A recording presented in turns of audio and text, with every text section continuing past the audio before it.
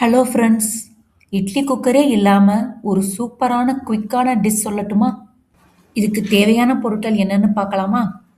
Carrot 1, வெங்காயம் 1, தக்காளி 2, பூண்டு 6 பற்கள், இஞ்சி சிறு துண்டு, முந்திரி பருப்பு 6, கருவேப்பிலை சிறிது, தனியாத்தூள் 1 ஸ்பூன், மிளகாய்த்தூள் 1 ஸ்பூன், மஞ்சள் தூள் அரை ஸ்பூன், இட்லி மாவு 2 கப்பு, கரம் மசாலா தூள் 1 ஸ்பூன், உப்பு தேவையான அளவு, அலங்கரிக்க பொடியாக நறுக்கிய கொத்தமல்லி சிறிதளவு.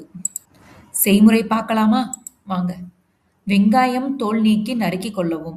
கேரட்டை தோல் சீவி துண்டுகளாக்கவும். இவை இரண்டுடன் சிறிது கருவேப்பிலை சேர்த்து மிக்சியில் அரைக்கவும்.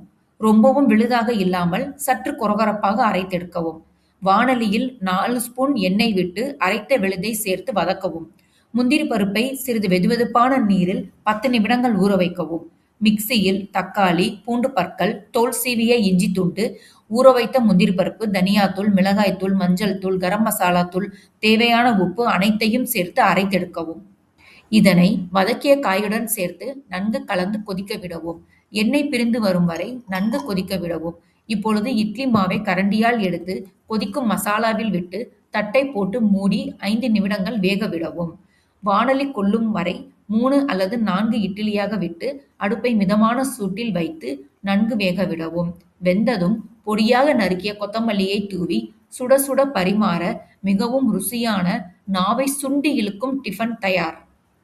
இதுல மேலாக சிறிது நெய் விட்டு பரிமாற குழந்தைகள் மிகவும் விரும்பி சாப்பிடுவார்கள். இரவு உணவாகத்தான் எடுத்துக்கொள்ள வேண்டும் என்ற அவசியமில்லை. காலை அவசரத்திற்கும் ஏற்ற உணவு இது. செய்துதான் பாருங்களேன்.